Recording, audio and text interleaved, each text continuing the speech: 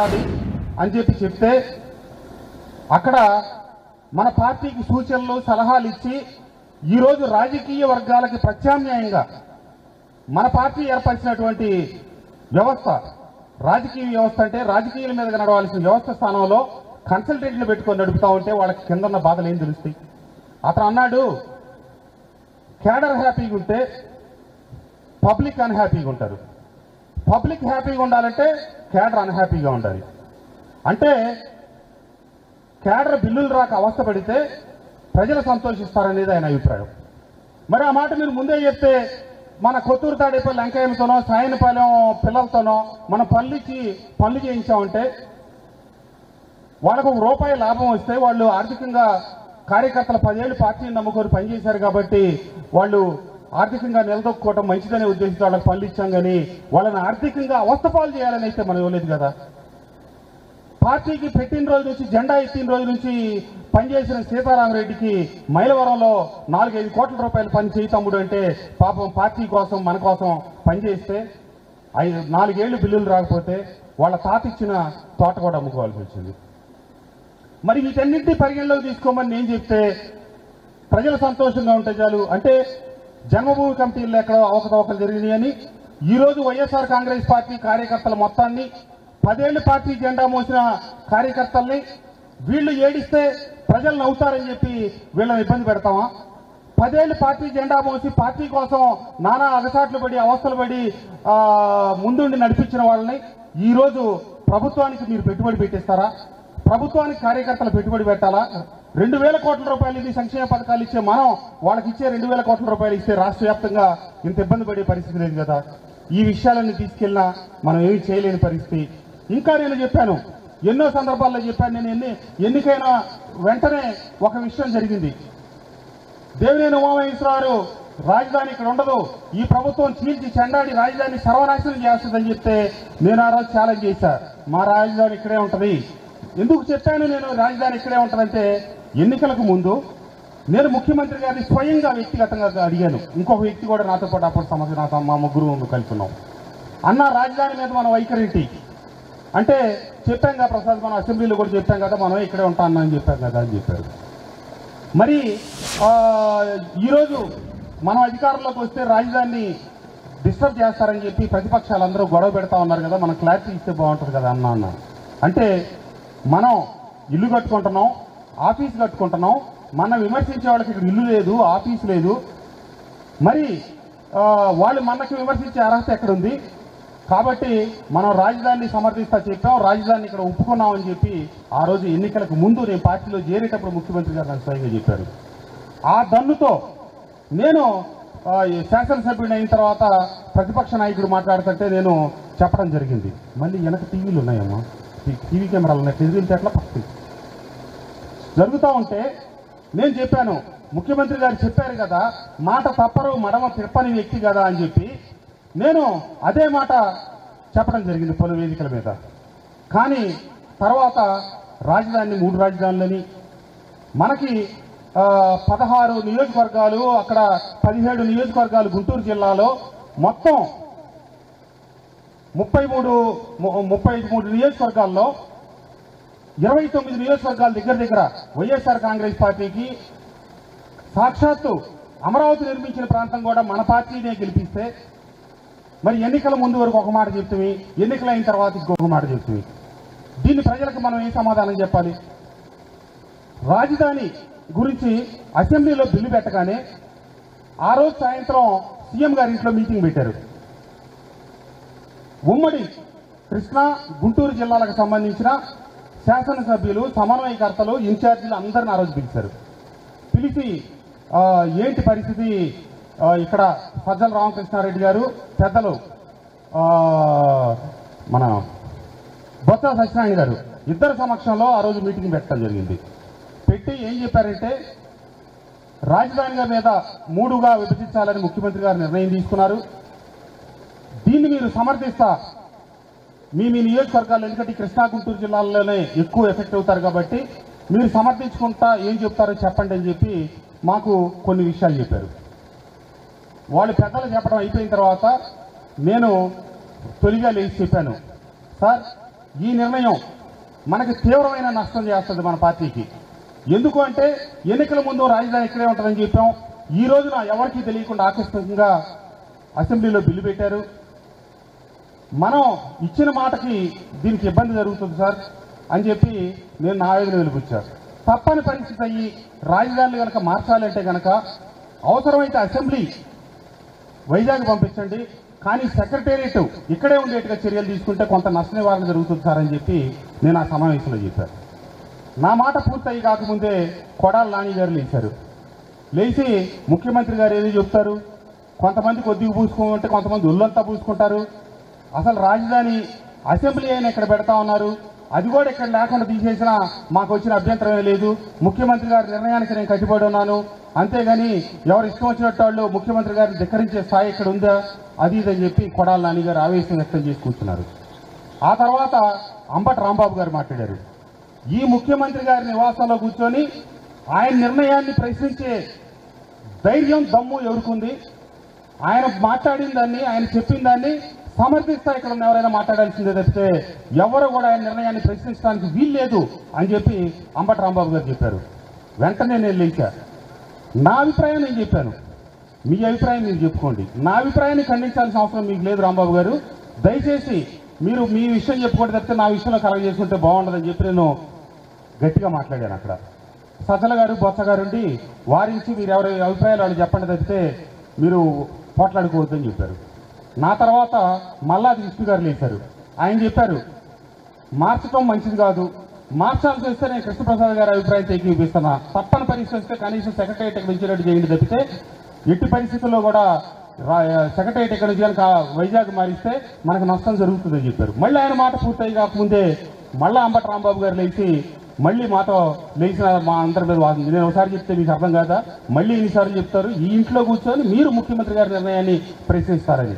మళ్ళా నేను మూడో పర్యాయం లేచి ఒకసారి చెప్పిన మాట మళ్ళీ మాట్లాడుతున్నారండి. ఆయన ఇక్కడ ఉన్న సభ్యులందరూ అభిప్రాయాలు చెప్పకుండా ఆయన అడ్డుపడతా ఉన్నారు, మా గొంతు నిలుగుతున్నారు, మీరు దయచేసి మీరు ఆపండి, మీరు మాట్లాడడానికి వీల్లేదంటే పెద్దలు వారించడం జరిగింది. ఎవరి అభిప్రాయాలు వాళ్ళు చెప్పండి కానీ ఒకళ్ళ అభిప్రాయాలు వాళ్ళు ఖండిస్తూ ఈ రకంగా రాజధాని చెప్పి మనం మాటిచ్చాం. నియోజకవర్గానికి నేను శాసనసభ్యుడైన తొలిసారి ముఖ్యమంత్రి గారిని కలిసిన దగ్గర నుంచి చివరిసారి కలిసే వరకు కూడా నేను అడిగింది నియోజకవర్గానికి సంబంధించిన అభివృద్ధి నిధులు. మరుసుమల్లి, చండ్రగూడెం, పంగిడి చెరువు, లేకపోతే ఇత్యాది చెరువులు 12 కలిపి నేను మొదటిసారి శాసనసభ్యుడైన తర్వాత, అట్లాగే నాగులూరు నుంచి ఇటుపక్క మనం తోలుకోడు వైపు వచ్చే దానికోసం రైతులకి ఉపయుక్తంగా ఉంటుందని ఒక బ్రిడ్జి, ఇట్లాంటివన్నీ నేను ప్రతిపాదనలు పెట్టి ముఖ్యమంత్రి గారికి ఇచ్చాను. తొలిసారి ముఖ్యమంత్రి గారు తీసుకొని నాతో ఏం చెప్పారంటే అధికారులను పిలిచి కృష్ణప్రసాద్కి మనం నియోజకవర్గంలో అభివృద్ధికి నిధులు ఇవ్వాలి, లేకపోతే కృష్ణప్రసాద్ ఆ దేవినేని ఉమా లాంటి వ్యక్తిని ఎదుర్కోవాలంటే ఇబ్బంది పడతాడు, కాబట్టి కృష్ణప్రసాద్ మనకి దగ్గర ఇప్పుడు 12 రిజర్వాయర్లకు డబ్బులు ఇచ్చే అంత నిధులు లేవు, సంవత్సరానికి 2-3 చొప్పున పెట్టుకుంటే 5 ఏళ్లలో నువ్వు అడిగిన 12-13 రిజర్వాయర్లు పూర్తి చేద్దాం ఆ ప్రకారం అని చెప్పి స్వయంగా ఆయన ఆ నోటు మీద రాశారు. తర్వాత సీఎంఓ నుంచి స్పెషల్ లెటర్లు వచ్చాయి. తర్వాత సంవత్సరం తర్వాత కూడా ఏమి ముందుకు నడవాల. మళ్ళీ సంవత్సరం తర్వాత వెళ్ళి అదే లెటర్లు ఇచ్చాను, మళ్ళీ కాలేదు. మూడోసారి ఇచ్చాను, ఒక్కటి కాలేదు. నాలుగోసారి ఇచ్చాను, అవన్నీ నా దగ్గర ఉన్నాయి, మళ్ళీ ₹1 రాలేదు. ఇదే నందిగామ నియోజకవర్గానికి నేను 15 సంవత్సరాలు దాదాపుగా కాంగ్రెస్ పార్టీ ఇన్ఛార్జిగా ఉంటే ఆనాటి ముఖ్యమంత్రి దివంగత వైఎస్ రాజశేఖర రెడ్డి గారు నందిగామ వస్తే జగ్గేపేట వేదాద్రి ఎత్తిపోతకల 2వ దశ పథకాన్ని ప్రారంభోత్సవం చేయడానికి వస్తే నేను ఆయన్ని ఆ రోజు వేదిక మీద మహామహులు పెద్దలు చాలా మంది ఉన్నారు, ఆయన సహచరులందరూ. నేను ఒక వినతి పత్రం తీసుకెళ్లి సార్ చేతిలో పెట్టి, మా పక్క నుంచి కృష్ణానది వెళ్తా ఉంది కానీ మా గొంతు తడవట్లేదు, మా కడుపు నిండట్లేదు, 100 కోట్ల రూపాయలు మీరు ఇస్తే కనుక నా నందిగామ నియోజకవర్గం సస్యశ్యామలం అవుతుంది సార్ అని చెప్పి అడిగితే, నా వేదిక మీద నా చేతిలో కాగితం తీసుకొని ఎన్ని చదివి 10 రోజుల్లో మీరు శాంక్షన్ చేసి ఆర్డర్స్ ఇవ్వండి అని చెప్పి అధికారులకు చెప్పి 2009లో నేను శాసనసభ్యుడిని కావడానికి 10 సంవత్సరాల ముందు నాకు 100 కోట్ల రూపాయలు డబ్బు ఈ నందిగామ నియోజకవర్గానికి రిలీజ్ చేసిన మహానుభావుడు ఆ రోజు రాజశేఖర రెడ్డి గారు. ఏది నేను ఒక నందిగామ నియోజకవర్గానికి సమన్వయకర్తనే, కానీ 10 సంవత్సరాల తర్వాత నేను శాసనసభ్యుడినయ్యి ఒక శాసనసభ్యుడిగా ఒక్క రూపాయి నిధులు ముఖ్యమంత్రి గారి నుంచి తీసుకురాలేకపోయాననే అసంతృప్తి, బాధ నాలో మిగిలిపోయింది. ఎందుకంటే నేను 30 సంవత్సరాల నుంచి వ్యాపార జీవితంలో ఉన్నాను. నా వృత్తి వ్యాపారం, నా ప్రవృత్తి రాజకీయం. ఎందుకంటే రాజకీయ కుటుంబంలో పుట్టా కాబట్టి ఇటు నందిగామ నియోజకవర్గంలో కావచ్చు, ఇతరత్ర తప్పదు. నేను పుట్టే నాటికే మాది రాజకీయ కుటుంబం కాబట్టి నాకు రాజకీయాలకి పెన వేసుకొని ముడి వేసుకొని సాగుతానే ఉంది నా జీవితం. కానీ నేను వ్యాపార జీవితంలో ఉన్న వాడిని 48 సంవత్సరాల వయసులో మళ్ళీ రెండోసారి నా ఇన్నింగ్స్ స్టార్ట్ చేసి 49 సంవత్సరాల వయసులో శాసనసభ్యుడినయ్యి నేను వచ్చి సమయం కేటాయించి నా ప్రజలకి నాకు ఓట్లేసి గెలిపించిన ప్రాంతానికి అభివృద్ధి చేయలేనప్పుడు నేను ఎందుకు కొనసాగాలనేది నాలో అంతర్మదనం మొదలైంది. పార్టీకి పనిచేసిన కేడర్కి బిల్లులు రాలేదు.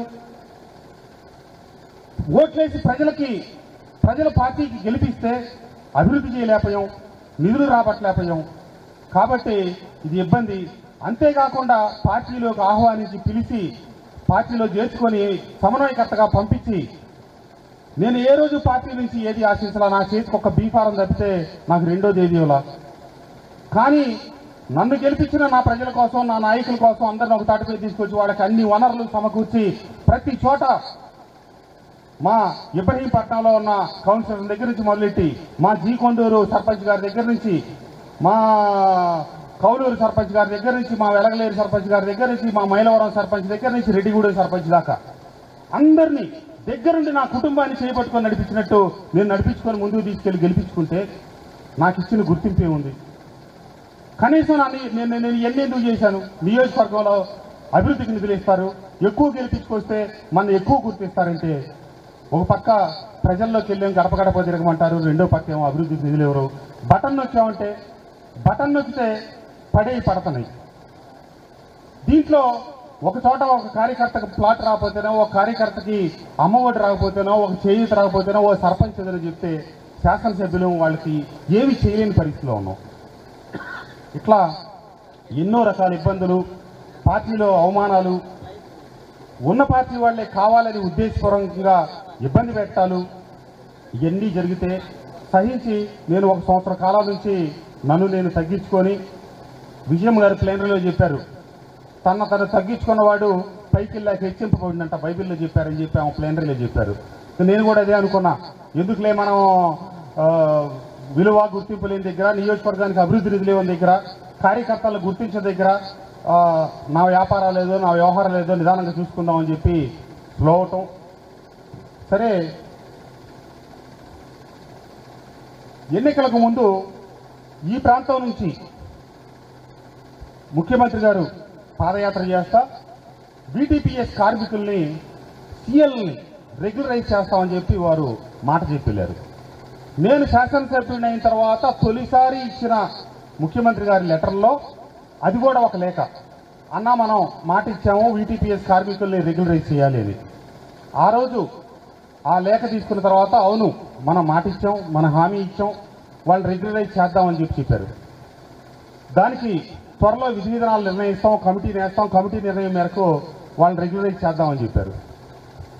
1 సంవత్సరం గడిచిన తర్వాత నేను మళ్ళా ఇచ్చాను. ఇస్తే పరిశీలన జరుగుతుంది, పూర్తయిన తర్వాత తెలియజేద్దాం ప్రసాద్ అని చెప్పారు. మళ్ళీ 2 సంవత్సరాలు అయిన తర్వాత ఇంకొక లేఖ ఇచ్చాను దీని మీద, వీటీపీఎస్ కార్మికుల మీద చెప్పారు.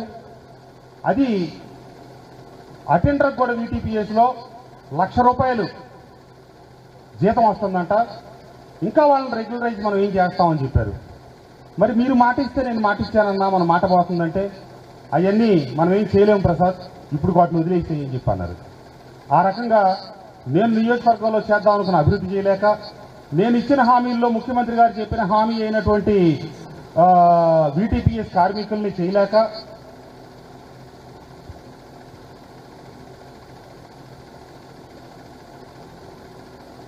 ఇవన్నీ ఇబ్బందులైతే, రెండో పక్క వైఎస్ఆర్ కాంగ్రెస్ పార్టీ నాయకులు, కార్యకర్తలు, కేడర్ అంతటి లక్ష్యం ఉమాను ఓడించడం అనేది.